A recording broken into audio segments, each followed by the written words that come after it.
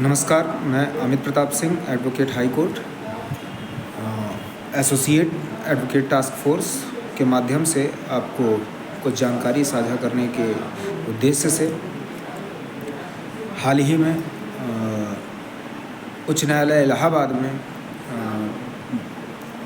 Justice Ram Manohar Narayan Mishra के द्वारा एक वाद में आदेश पारित किया गया कि 376 और सेक्शन 18 ऑफ पॉक्सो एक्ट में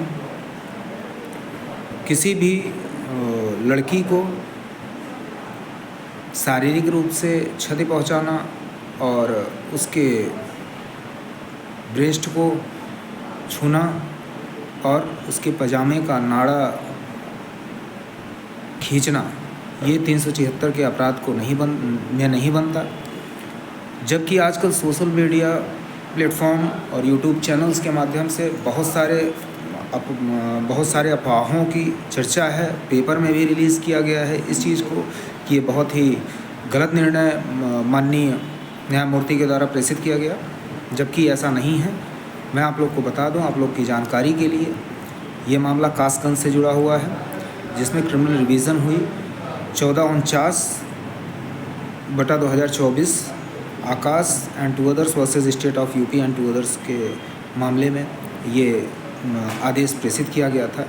जबकि आप लोगों को ये समझने की आवश्यकता है कि जो आदेश पारित किया गया माननीय न्यायमूर्ति के द्वारा, वो किसी भी प्रकार से गलत नहीं है और उसमें स्पेसिफिक डिफरेंस क्रिएट किया गया कि 376 और 354 में अंतर है। ऐसा नहीं है कि आप बलात्कार की धाराओं को और दूसरी धाराओं को एक साथ ले आके किसी भी जजमेंट के ऊपर कोई भी बातें आप मीडिया के माध्यम से फैलाएं। जबकि हकीकत ये है कि जैसे एक सामाजिक रूप से सामान्यतः एग्जाम्पल के द्वारा आपको बताऊं तो जैसे किसी भी हत्या के प्रयास को और हत्या को एक नहीं कहा जा सकता, उसी तरीके से आपराधिक यौन शोषण और बलात्कार के मामले दोनों अलग हैं।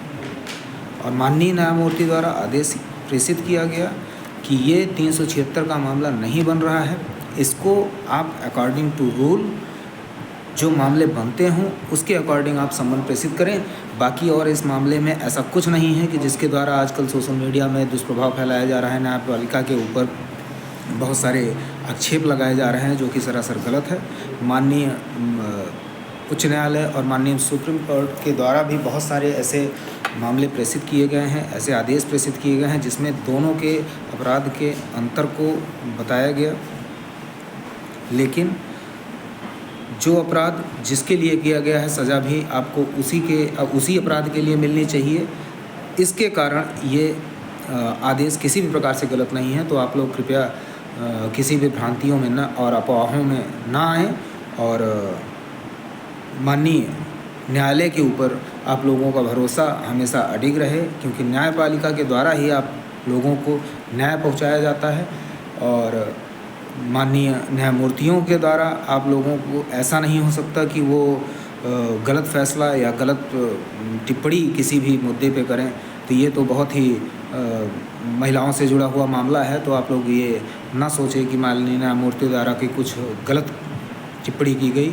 इसी के साथ मैं Amit Pratap Singh, advocate high court, associate advocate task force, आप लोगों से अपील करना चाहूँगा कि इस फैसले को अफवाहों पे ध्यान ना देते हुए और ज़्यादा से ज़्यादा इसको रोकें कि ये फ़ैसला गलत है कि सही है। धन्यवाद।